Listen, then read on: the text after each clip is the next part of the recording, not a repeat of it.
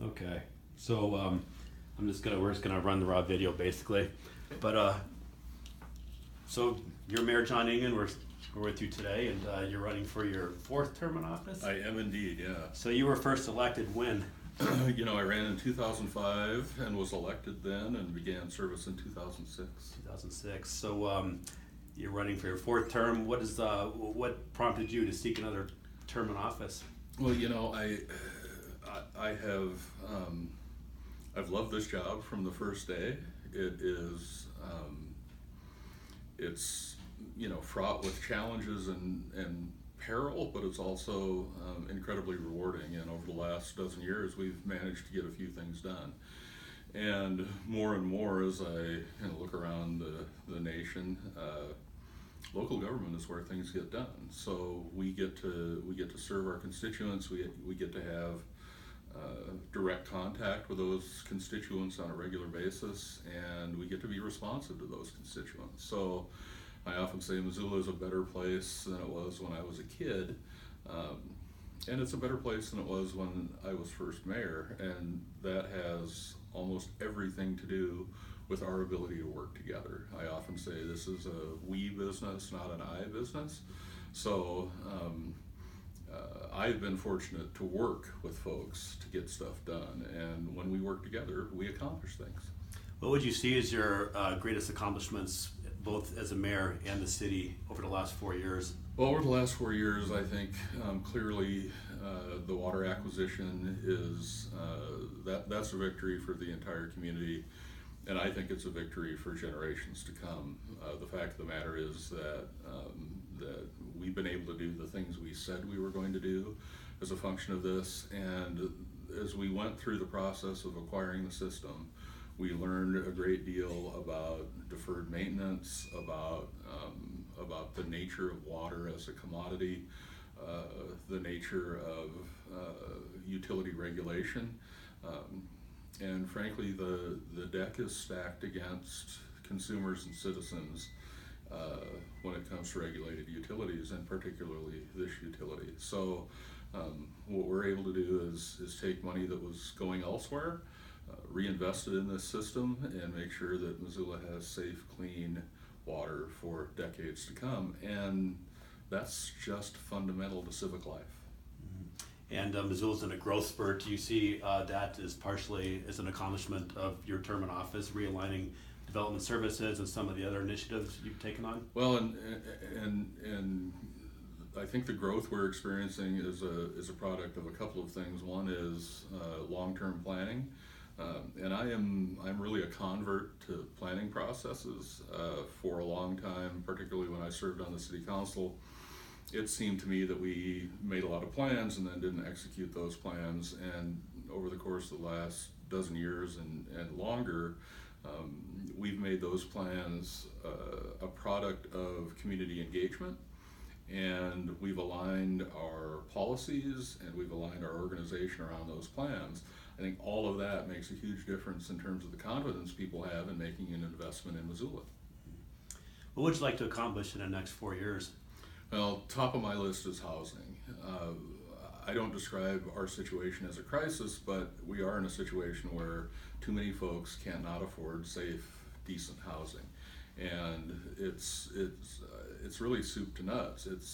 We need to take care of folks who are today sleeping in their cars or couch surfing, but we really need to create opportunities for that middle class experience that I grew up with, and I've been fortunate enough to experience and take advantage of. There are too many people who are left out today, and the housing and wage gap is a critical issue in making sure that folks can fully engage in the community and have a good life. How do we get there? Well, we start with the fundamentals, as my friend Scooter often says. It's about blocking and tackling. We've talked a lot about housing, but we need to execute, and that starts with policy development. So we hired Erin Pahan, who in my estimation is brilliant. She works with another brilliant person, Ellen Buchanan, and they work together with the community and lots of other really smart people. We have not developed housing policy in the city of Missoula, and we've not made intentional investment in housing. And Aaron's job, working with others, is to create those policies and direct us toward where we make the most difference with our investment. And through the redevelopment agency, through our community development block grant funds and home funds, we can really move the needle. But part of that is knowing where we're going. And over the course of the next year, we'll know where we're going, and we'll begin to see some change. Aside from housing, do you have any other pressing goals that you would like to tackle in the next 4 years? Well, I want to seize the moment, as it were. We have real opportunity with regard to the city budget because of this growth cycle. I have heard more about property taxes probably in the last year than I've heard in the previous 12. And I'm not deaf to that. So we've been able to do a couple of things. One is because of everyone's hard work, our tax base is expanding. That allows us to do some things that we weren't able to do before. One is cover our costs without raising taxes. We expect that to continue over the course of the next several years at least, so we can put some money in the bank, make sure that our cash balance is where it needs to be. We can continue to invest in the things that Missoulians consider to be important, and we're going to continue to look for alternatives.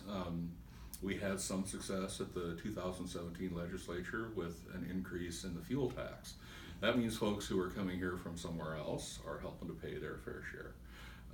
We need more ways for folks to figure out, we need to figure out more ways for folks to pay their fair share.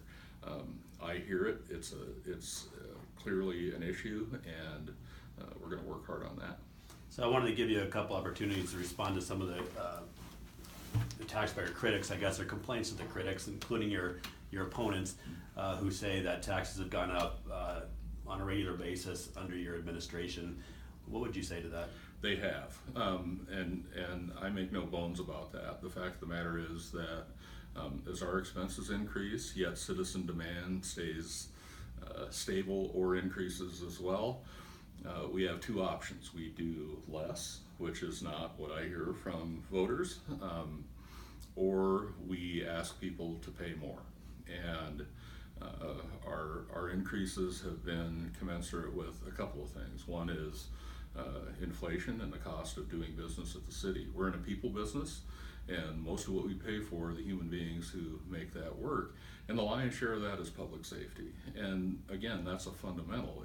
If our officers and firefighters aren't staffed appropriately and paid appropriately, we don't have the level of service and the level of confidence that we need for a growing city. So I don't make apologies for being what I think is fiscally prudent. We're not in the business that the federal government is in of deficit spending. We're required to deliver a balanced budget, and we've worked very hard to be thoughtful about that. During the recession, really, and thanks to city employees, we had basically a wage freeze and a tax freeze, and as times get better, what we hope to do and what we've been able to do this year is pass those good times along to property taxpayers. Moving forward, it's we need to balance those interests and the fact that folks want more with what we can afford. I take comfort and a certain amount of refuge in the notion that voters have elected to tax themselves. The largest increases on paper are voted bonds. These are folks who have gone to the ballot box and said, we want this and we're willing to pay more for it. And that ranges from Mountain Line to Fort Missoula Regional Park to the library to the school district. And so again, striking that balance is really the challenge of this office. And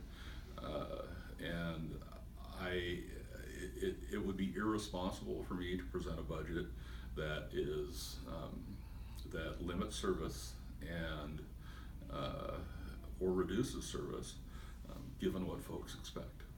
The other goal, I guess, of your opponent would be to, she would like to put big ticket items to the voters. For example, mountain water, she believes that the voters should have had an opportunity to weigh in on that.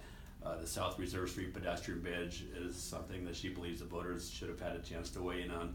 Is that an efficient way to run government? Would you take that recommendation to heart? So if you look at the state of California, which drove itself into budget bedlam, that was a function of folks having to vote on every increase. Folks do vote on those increases, and they do it a couple of ways. One is through bond issues. The second is through whom they elect. And the Missoula City Council, elected by the people, have been adamant supporters, with a couple of exceptions, of water acquisition. We had public opinion polling that suggested same, and for me, spending $80,000 on an election to do what was ultimately the right thing flies in the face of representative government. I guess the last question I have, if you are reelected to office, and I'm back in 4 years talking to you, how will Missoula have changed over the next 4 years if you had a crystal ball? If I had a crystal ball, which I wish I had, what we will see is a downtown that is even more vibrant than it is today. We'll see more people living and working in downtown Missoula. We'll see North Reserve Street transformed in a comfortable, scalable way. We'll see the Brooks Corridor transformed in ways that continue to make that area more attractive. We'll see the same along the East Broadway corridor. Everywhere where we have redevelopment, we're going to deliver, I think, quality products that will enhance the life of the community. We'll have a conference center that will likely be the largest in the state. It will attract not only folks to visit, but it'll attract folks who want to stay, and folks who want to do business here. My job is, again, sort of fundamental. Every day, my mantra is, how do I make lives better for the city, for folks in the city I love, and how do we ensure that Missoula stays a great place to live? It is a better place to live than it was 50 years ago, and I'm just a steward. I'm a blip on the screen. But when we work together, we make some things that last. And my hope is that in another 4 years, if we have this conversation, we'll have done some things that last and have